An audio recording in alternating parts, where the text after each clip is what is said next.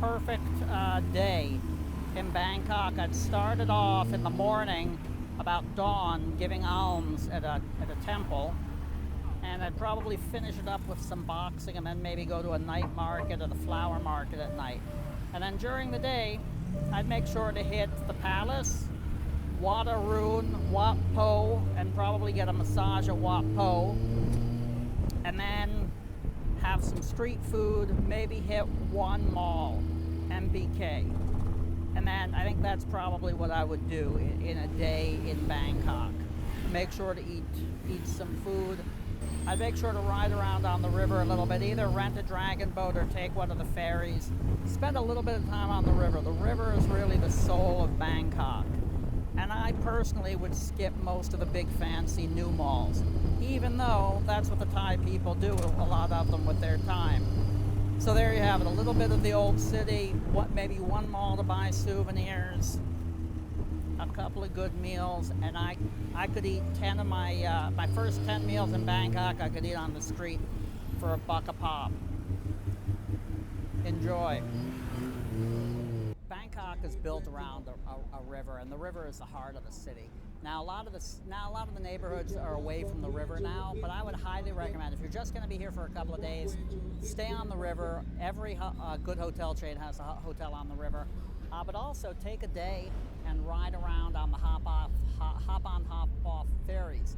The Thais use them as well as tourists. They're tourist ones, and they're the ones that are used by the Thais as sort of transportation. Dragon boats aren't that expensive. You can get an individual dragon boat to take you up and down the river. But I would spend a few hours on the river. Aside from everything else, some of the coolest temples and also the King's Palace are on the river too, and you can get to them on the boats. The best way to get around Bangkok is by one of these tuk-tuks, the little open taxis. They're cheap. Hopefully they're safe. They're a little noisy, but they get you where you want to go. They're a little faster than everything else. Well, they're not as fast as the motorbikes, but they get around pretty damn quick because they weave in and out of traffic. So you got a day in Bangkok, a day and a half in Bangkok. There are really two options. One is you do what the Thai people do, or what sort of goes with the modern stuff. You hit the malls. Thai people love malls. There are some beautiful malls here, great shopping. I like to hit the old stuff, right? So there are some beautiful temples.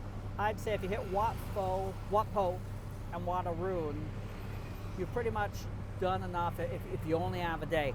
And I like to ride on the river. There's a nice river ferry, goes up and down the river for really just I think like $1.50. You can get a ticket and you can just stay on the boat all the way up and down, or you can get off.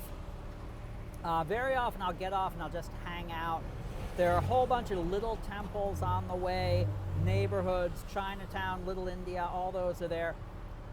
You could just snack and eat all over the place, or eat in Chinatown. To me, that's what I would do if I had a day in Bangkok. I would go in the morning, I would hit a couple of temples, I would hit the Grand Palace, then maybe in the afternoon I'd do a little shopping, and then at night I'd eat outdoors at a night market, street food. You can get some fantastic food in Thailand, high-end. There's a place called the Blue Elephant, great high-end place. You know, if you really want high-end Thai food, that's a great option. But bottom line is, you can eat on the street in Thailand better than just about any place else in Asia. It's clean, it's safe, you can trust it, and pretty much any dish you're going to get is 50 cents to $1, something like that. When you decide it's time to grow your international sales, call us.